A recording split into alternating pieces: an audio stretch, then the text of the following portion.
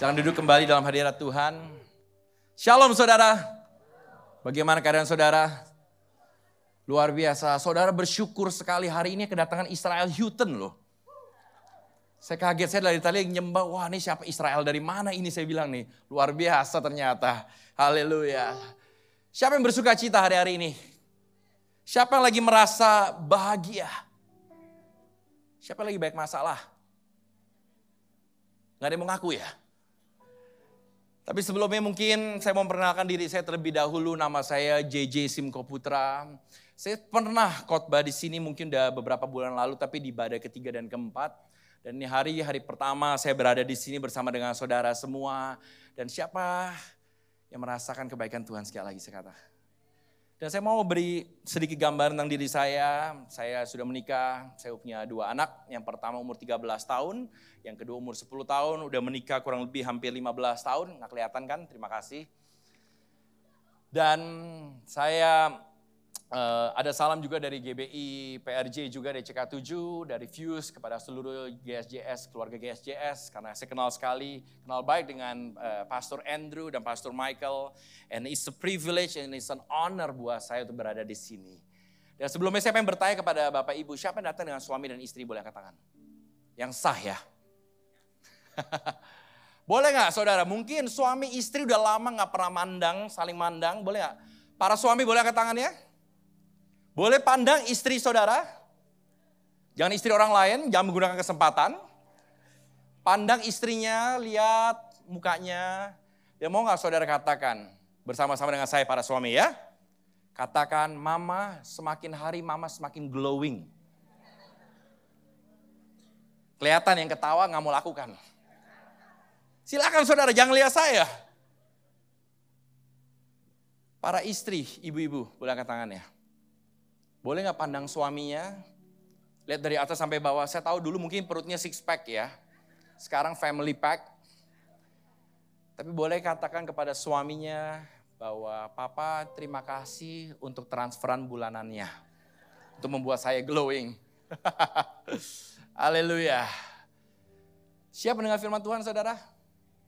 Saya percaya Tuhan akan melakukan sesuatu pada pagi hari ini. Dan saya berdoa kepada kita semua, waktu kita mendengar firman Tuhan, jangan hanya sekedar mendengar saja. Karena mungkin saudara bisa datang beberapa kali ke tempat ini, tapi kalau saudara gak memiliki respon yang benar di dalam Tuhan, firman itu akan lewat begitu saja. Tapi saya rindu, biar di badai GSJS pada pagi hari ini, setiap kita bisa mengalami dan berjumpa dengan Tuhan. Siapa yang mau ngalamin hal tersebut? Dan hari ini saya akan membawakan firman Tuhan yang berjudul Make Room. Katakan bersama-sama, Make Room. Dan sebelumnya saya mau bertanya kepada saudara, siapa yang pernah tinggal di hotel? Boleh angkat tangan ya. Terima kasih untuk yang jujur. Ya, saya nggak apa-apa, it's okay. Saya percaya saudara pernah tinggal di hotel dan mungkin saudara pernah lihat sebuah signage seperti ini.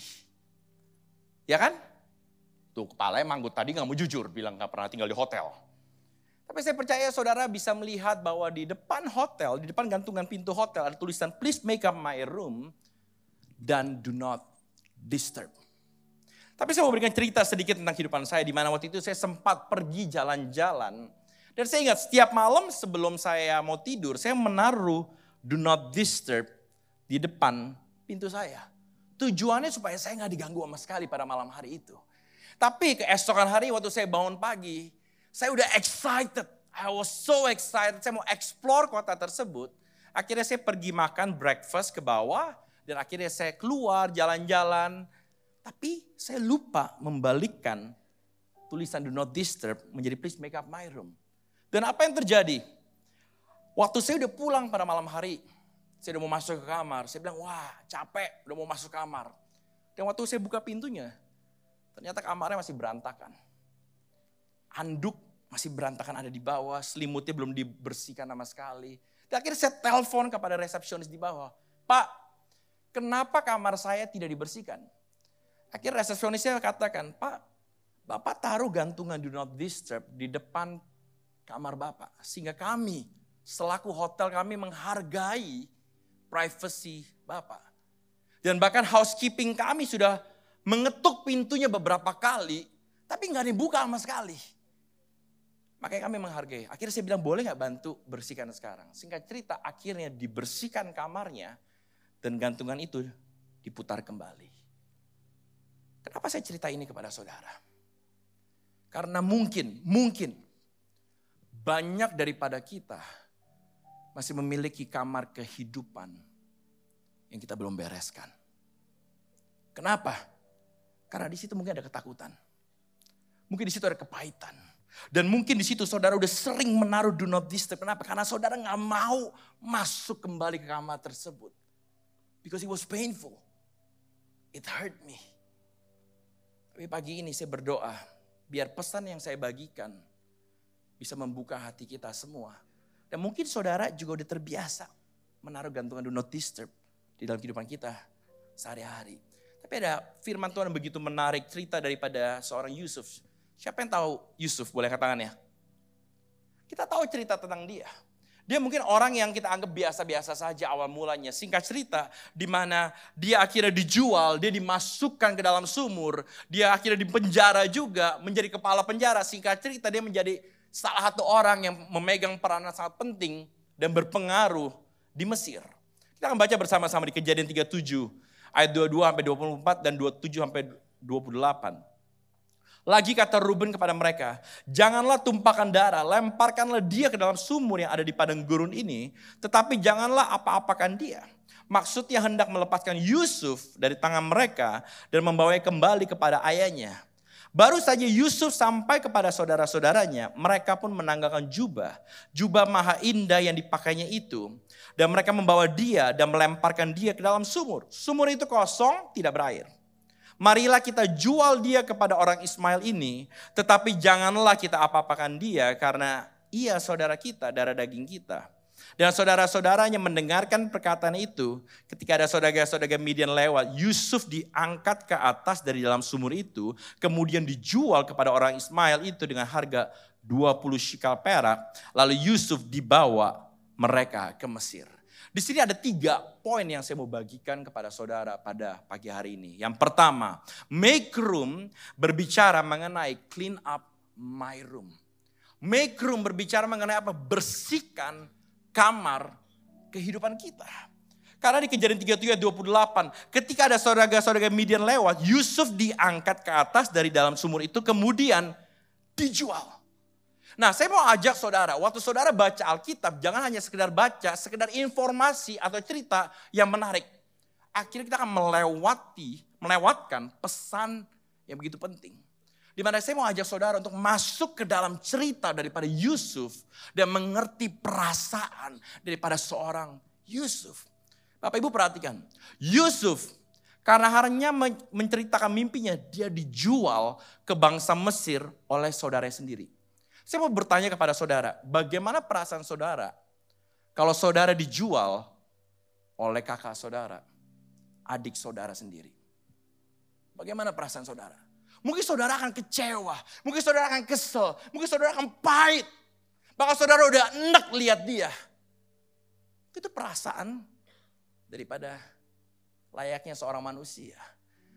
Tapi ada sesuatu yang menarik daripada Yusuf. Dia memiliki respon yang benar. Bahkan kalau saudara perhatikan, Yusuf bukan hanya dijual saja. Yusuf dituduh berbuat dosa dengan istri Potifar. Padahal kita tahu di mana dia tidak melakukan apapun. Yusuf juga setelah menolong juru minuman Firaun mengartikan mimpinya, dia dilupakan. Bayangkan saudara, dia dijual, dituduh, dilupakan. Kalau itu terjadi kepada kita, mungkin kita udah pahit. Kita udah kesal. Dan mungkin kita udah gak mau ketemu dia lagi. Tapi ada satu hal yang menarik. Yusuf tahu bahwa emosi ini bisa mengganggu dia. Kalau dia mulai entertain pikiran-pikiran seperti ini. Kamu dijual loh, kamu dituduh loh, kamu tuh dilupakan loh. Kalau dia entertain terus dan dia menaruh diri dia do not disturb. Dan tidak mau libatkan Tuhan. Saya percaya cerita hidupan Yusuf akan berbeda. Tapi ada satu hal yang menarik. Yusuf tahu bahwa hal tersebut enggak enak. Hal tersebut sakit. Hal tersebut enggak adil. Dan dia tahu bahwa dia manusia terbatas sama seperti saudara dan saya. Tapi apa yang Yusuf lakukan? Dia gak bisa merubah hal yang ada di luar sana. Tapi dia mengerti bahwa dia bisa merubah diri dia dan respon dia sendiri. Dan apa yang terjadi? Akhirnya dia membuka diri dia. Dan dia katakan, Tuhan, aku gak kuat. Aku gak bisa. Please make up my room, Tuhan. Dan itu yang Yusuf lakukan, bahkan gak sampai sana. Yusuf mengerti konsep daripada Amsal. Jagalah hatimu dari segala kewaspadaan, karena dari situlah terpancar kehidupan. Dia menjaga, dia mengerti akan hal tersebut, karena dia tahu dia terbatas. Dia gak kuat. Dan itu yang Yusuf lakukan. Saya memberikan ilustrasi. Boleh saya minta tim naik ke atas? Ilustrasi jaket ini. Mungkin kalau saudara perhatikan, awal mula kehidupan kita mungkin biasa-biasa saja. Kita merasa ringan. Ini jaket melambangkan kehidupan saudara dan saya. Mungkin awal mulanya saudara ngerasa, wah happy. Ketemu Pastor Andrew, shalom, shalom, how are you? Good. Yesus baik, Tuhan Yesus baik. Karena masih ringan, tidak ada apa-apa. Boleh maju ke depan semuanya? Dan itu yang kita alami mungkin awal mulanya. Sampai kepada satu titik, satu fase di dalam kehidupan saudara.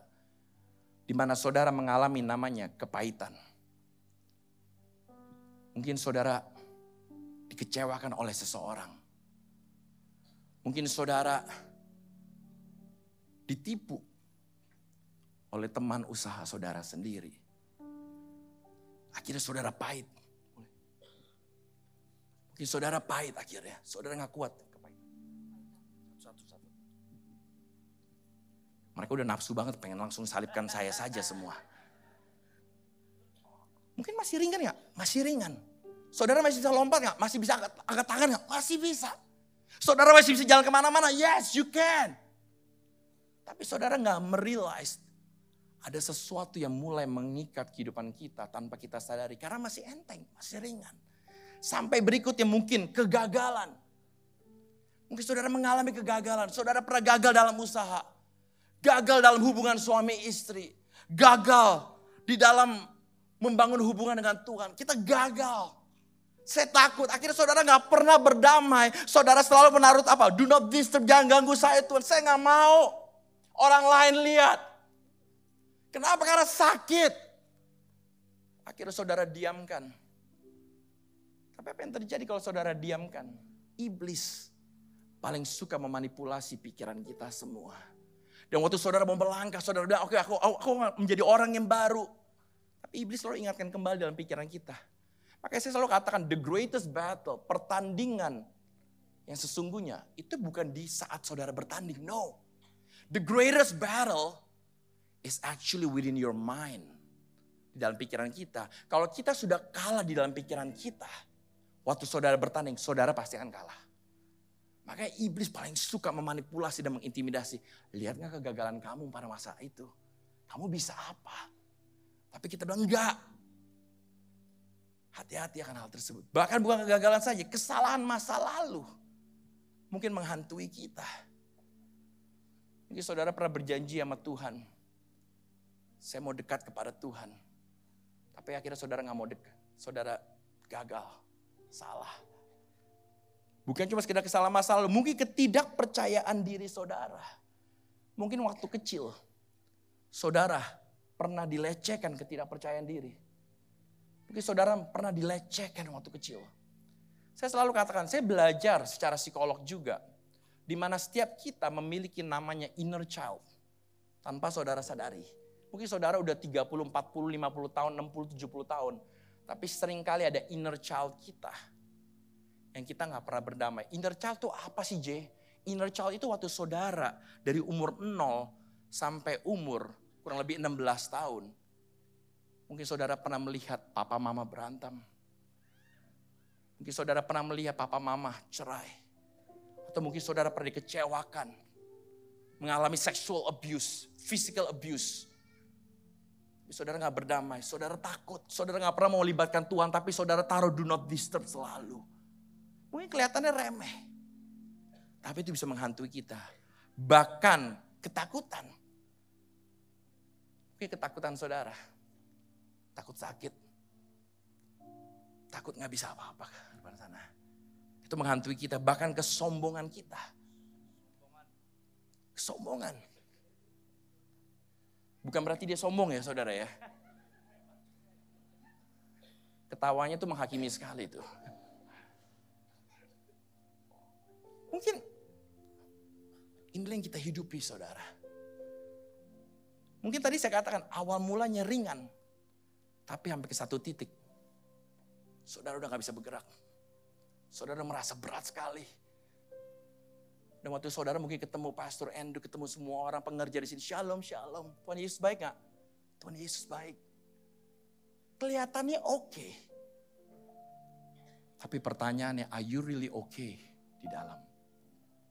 Atau justru kita sebagai orang Kristen, kita suka pakai topeng. Di hari Minggu kita ambil koleksi topeng kita.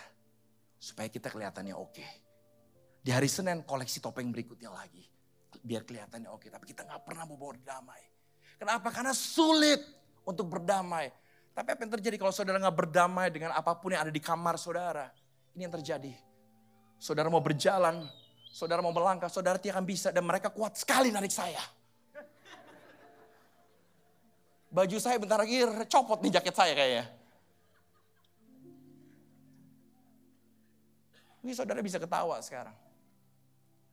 Lihat ini pendeta aneh juga ya ditarik-tarik. Yang belakang senengnya minta ampun lagi narik-narikin. Pastor Andrew gak pernah kan ditarik gini kan? Belum pernah. Tunggu tanggal mainnya. Saudara bisa ketawa. But this could be you. This could be you. Kita kelihatannya happy. Tapi kita gak happy. Kita kelihatan sehat secara fisik. Tapi kita gak sehat secara hati kita. Saudara mungkin bisa menipu suami saudara. Istri saudara gak ada yang tahu. Anak saudara. Kalau ketemu, hai. Papa bagaimana? Papa baik. But are you okay? Makanya saya mau bertanya kepada saudara. How are you? How are you? Dan gak terlambat. Kenapa? Karena Yusuf mengerti. Kalau dia entertain, dia dijual, dituduh. Dia dijual, dia dituduh, dia dilupakan. Kalau dia entertain itu terus dan dia gak melibatkan Tuhan.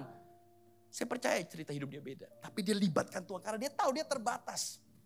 Dia tahu dia gak kuat. Sama seperti saudara. Sulit untuk bisa mengampuni. Sulit untuk keluar dari kepahitan. Sulit untuk keluar dari ketakutan. Sulit. That's right. Waktu saudara berjalan sendiri. Waktu saudara mulai andalkan Tuhan. Tuhan aku mau, Tuhan aku gak kuat. Aku gak bisa. Tapi aku mau. Caranya bagaimana? Aku gak tahu Tuhan. Maka Tuhan selalu katakan. Bukan apakah saudara bisa atau tidak. Tapi selalu Tuhan katakan apa? Apakah saudara mau atau tidak. Karena kalau saudara mau. Tuhan akan melakukan sesuatu. Dan apakah besok langsung sembuh? Belum tentu. Pelan-pelan progres. Ke hari esok, Tuhan saya kuat, libatkan Tuhan lebih lagi. Sampai lama-kelamaan, saudara akan merasa ringan. Sampai ke satu titik, saudara bebas. Daripada semuanya. Dan ini yang terjadi. Makanya saya mau tanya, how are you? How are you? Mungkin saudara bilang, itu hal yang remeh. Benar. Hal yang simple kalau saudara anggap remeh. Lama-kelamaan itu akan menjadi karakter kehidupan saudara. Kenapa? Saya akan kasih lihat saudara. Kalau saudara punya mentalitas do not disturb. Saudara akan hidup di masa lalu. Saudara akan selalu sedih. Slide berikutnya boleh bantu.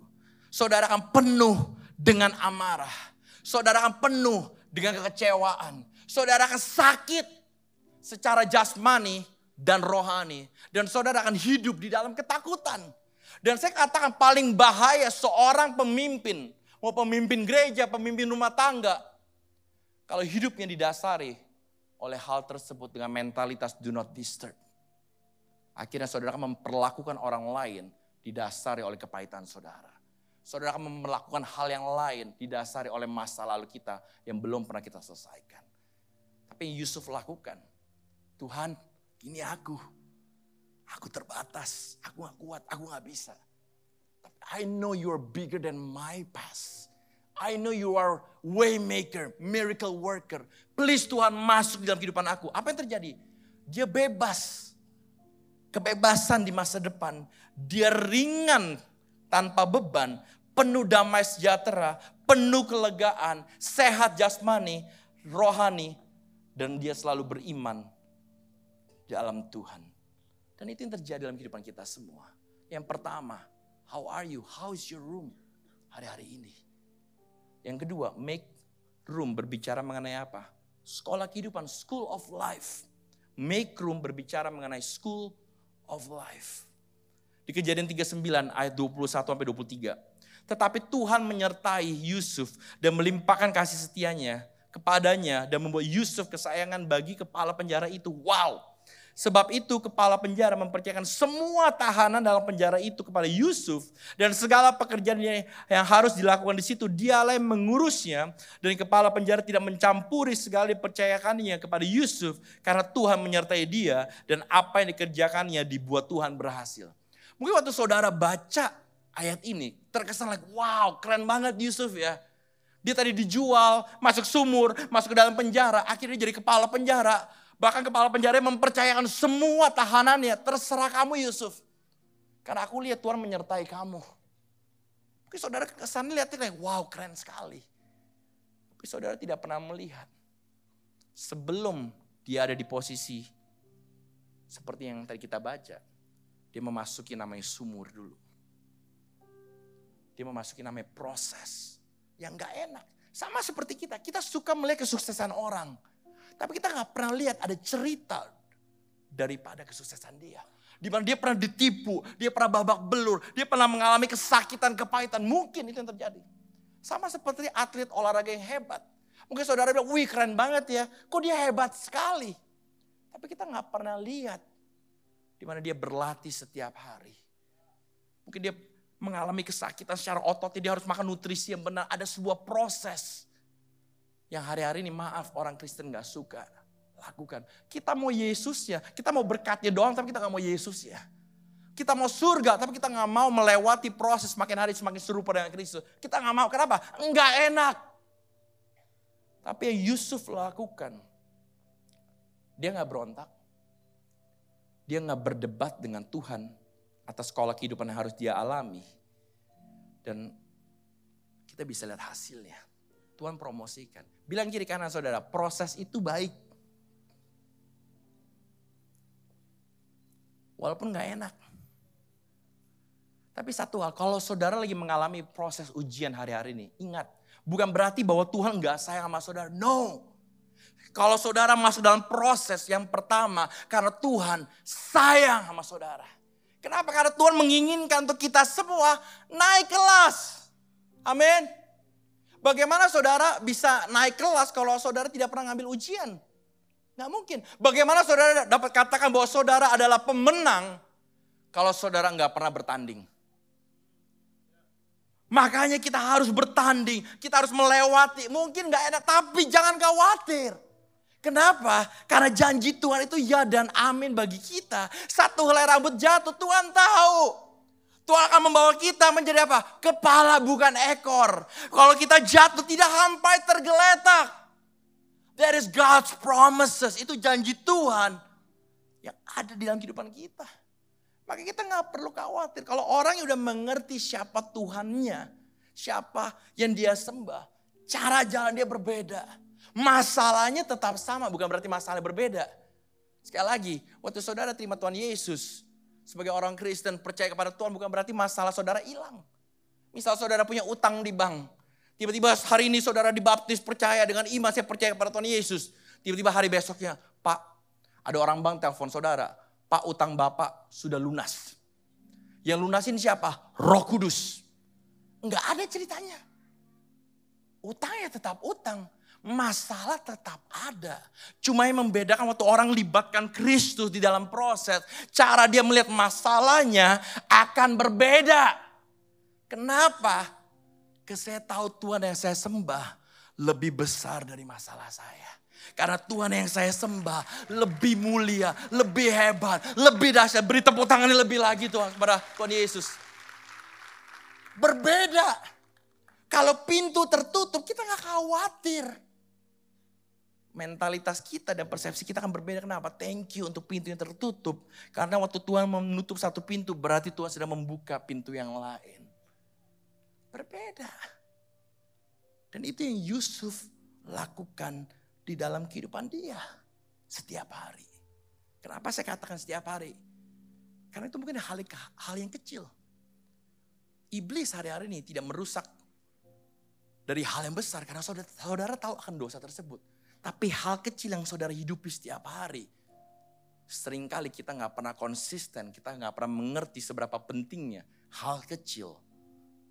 Makanya semuanya akan hancur. Makanya saya katakan, great thing always start from a small thing.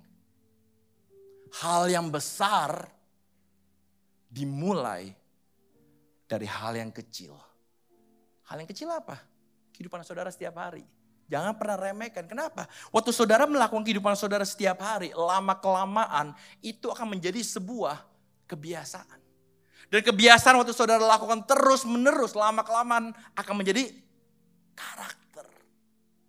Dan kalau sudah menjadi karakter, saudara akan melakukan apapun sesuai dengan karakter yang saudara bangun. Dan itu dimulai dari kehidupan saudara setiap hari. Makanya tadi saya katakan great thing always start from a small thing. Gambar berikutnya saudara bisa melihat ada sebuah pohon. Mungkin waktu saudara lihat tuh pohon, wow keren banget Pastor J. It's so big, wow. Buahnya, akarnya kayak kokoh sekali. Tapi apakah langsung dimulai dari pohon yang besar? No. Tapi itu dimulai dari sebuah benih yang sangat kecil. Begitu pula kehidupan kita. Janji Tuhan yang begitu besar. Destinasi yang Tuhan mau bawa saudara ke sana. Semua perintah Tuhan, apapun itu, semua dipackage dalam satu benih yang kecil. Dan benih itu sudah ada di tangan saudara semua. Tuhan udah kasih, jangan remehkan benih. Kenapa? Karena di dalam benih ada kehidupan. Tapi itu semua tergantung respon kita. Benih gak bakal bisa bertumbuh begitu saja. Tapi benih harus diapain saudara? Harus ditanam. Dan waktu benih itu ditanam, apakah enak? Gak enak. Mungkin harus disirami, mungkin harus kena cuaca yang ekstrim, matahari. Gak enak. Dan bukan cuma sekedar itu, waktu benih itu mulai mau berakar. Dia harus melewati beberapa lapisan tanah, mungkin kerikil, sakit. Gak enak. Sama seperti kehidupan kita semua. Tapi waktu benih akar itu ketemu sumber air, dia akan menjadi kuat. Sisanya dia akan naik ke atas dan berbuah. Tapi apa yang terjadi kalau saudara waktu diproses sama Tuhan, saudara bilang gak mau Tuhan. Sakit, gak enak. Saya beri ilustrasi seperti benih yang ditanam. Baru ditanam, baru mau bertumbuh, saudara ambil tuh benih, dipindahkan ke tanah berikutnya lagi. Baru dipindah di tanah berikutnya, baru mau tertanam, ada gesekan. Enggak enak. Akhirnya saudara bilang, enggak mau Tuhan, jangan ganggu saya. Lalu Tuhan bilang, no it's good. Saya mau proses kamu. Supaya kamu bisa berbuah, supaya kamu bisa keluar potensi kamu. Tapi kamu gampang menyerah, no. Apa yang terjadi? Saudara akan pindah lagi dari tanah berikutnya. Kalau saudara pindah-pindah terus, lama-kelamaan benih yang penuh potensi, eventually will die. Kenapa? Apakah salah benihnya? No. Salah responnya dari diri kita menanggapi potensi yang besar di tangan kita masing-masing. Makanya hati-hati saudara. Kalau kita memiliki mentalitas do not disturb di dalam proses, saudara akan menjadi lemah. Saudara tidak akan bertanggung jawab. Saudara tidak akan setia. saudara akan mudah menyerah. Kenapa? Aduh gak enak, sakit. Aduh baru pelayanan ada gesekan dikit, aduh pindah deh. Aduh kita baru ada masalah di rumah tangga, nyerah deh. Itu yang terjadi. Kita akan punya mental seperti itu, mental tempe. Gagal, kita tidak akan pernah belajar. Tapi bedanya Yusuf, dia tahu proses itu baik. Proses itu enggak enak. Tapi dia tahu Tuhan Immanuel menyertai saya. Apapun yang terjadi dalam kehidupan saya percaya enggak ada yang kebetulan. Semua ada di dalam rencana Tuhan. Makanya dia apa? Please make up my room. Dan mentalitas orang yang memiliki make up my room, dia akan menjadi apa? Orang yang kuat. Orang yang bertanggung jawab. Orang yang setia, orang yang gak pernah menyerah, orang yang berhasil, orang yang akan belajar sesuatu yang baru. Dan 1 Korintus 3:13-15 katakan apa? Sekali kelak pekerjaan masing-masing orang akan nampak. Karena hari Tuhan akan menyatakannya sebab ia akan nampak dengan api. Dan bagaimana pekerjaan masing-masing orang akan diuji oleh api itu. Boleh katakan kiri kanan proses itu baik. Siapa yang siap diproses? Apakah GSJS siap diproses? Gak enak loh. Gak keren loh. Mau benar saudara? Dan get ready. Karena saya percaya ada sesuatu hal yang Tuhan lagi mau lakukan di gereja ini. Dan itu dimulai dari sebuah proses. Yang Tuhan akan mengembangkan lebih lagi.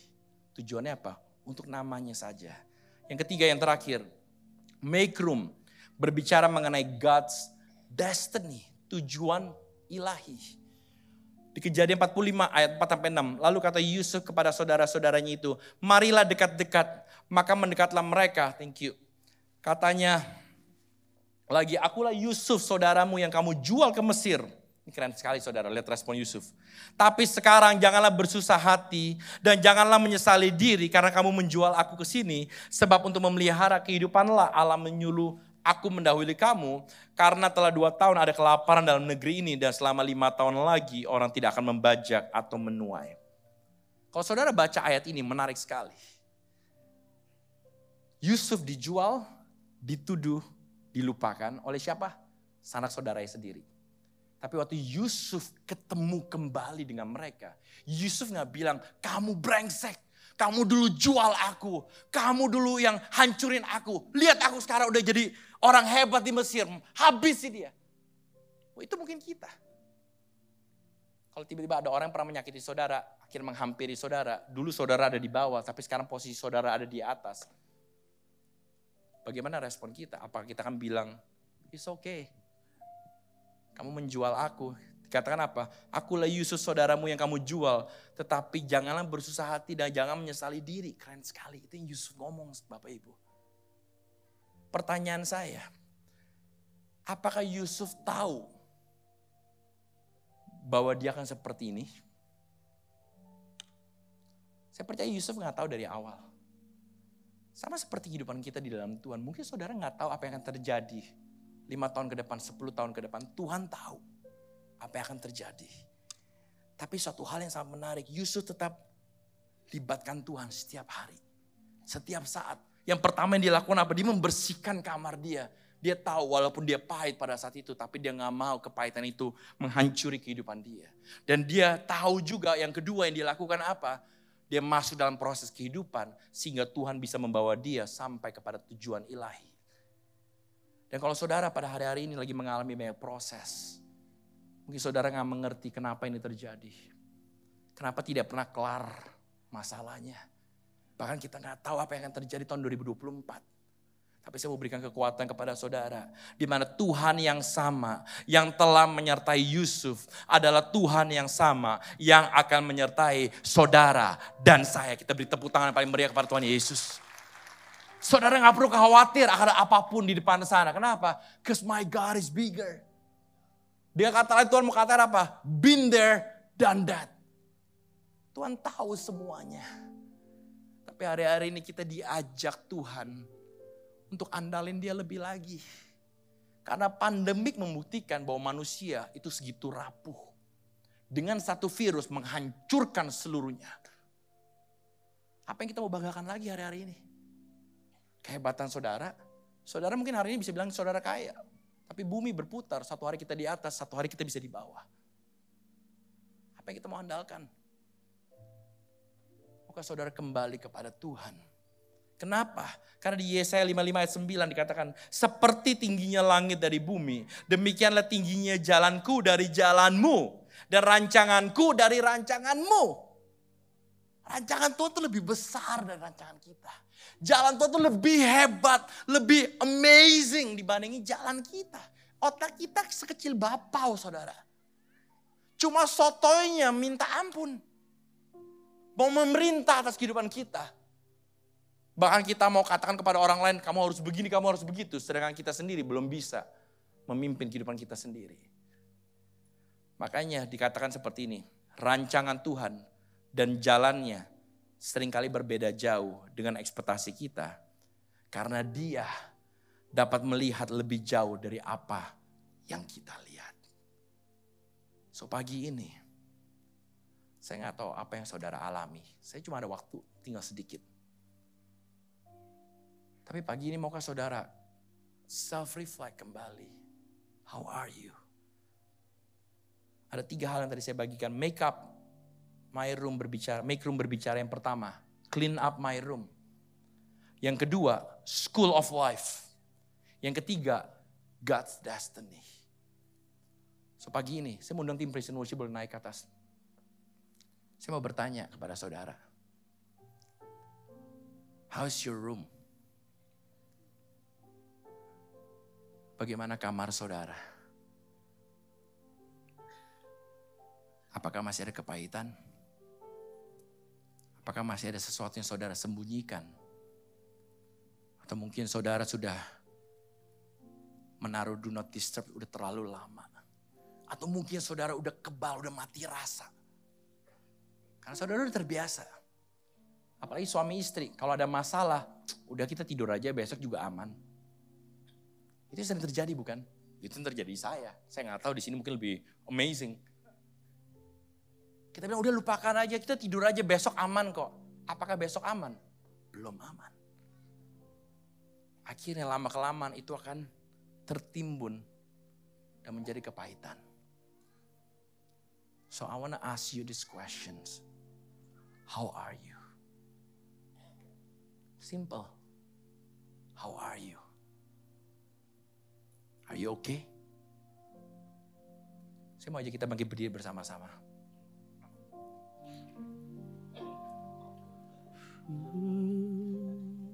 Kita ambil waktu sejenak saudara. Tuhan mau lakukan sesuatu dalam kehidupan saudara. Mungkin saudara udah merasa berat. Mungkin saudara udah merasa capek. Atau mungkin saudara udah menyembunyikan cukup lama. Sampai saudara ngerasa, I'm tired of this life. Saya capek dengan kehidupan ini. Tuhan Yesus mau katakan pagi ini, engkau tidak terlambat. Tuhan mau katakan, I love you so much. Engkau berharga. Masa lalumu tidak akan menentukan masa depanmu. Selama kita memiliki respon yang benar. Makanya saya selalu katakan, kita gak bakal pernah bisa merubah masa lalu kita. Kita cuma bisa menganalisa dan mengevaluasi. Tapi saudara dapat merubah masa depan saudara. Dengan respon saudara hari ini, saat ini. Buka hati kita. Pejamkan mata kita. Thank you Jesus. Ini kami Tuhan.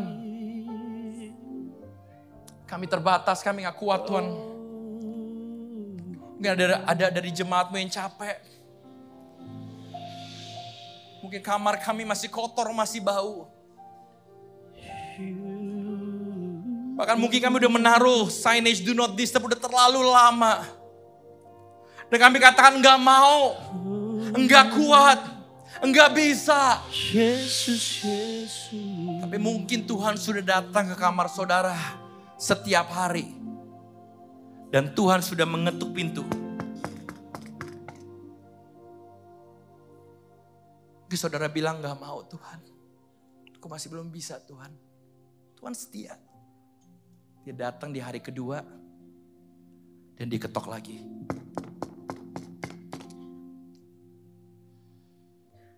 Pagi ini, moga saudara terbuka. Di dalam hadirat Tuhan ada kekuatan. Amin. Ada kelegaan. Amin. Serahkan kepada Tuhan. Amin. Karena cook yang diberikan adalah cook yang ringan. Come back. Come back. Come back. Come back. Come back. Apapun keadaan saudara, kembali kepada Tuhan. Yes, Lord Jesus.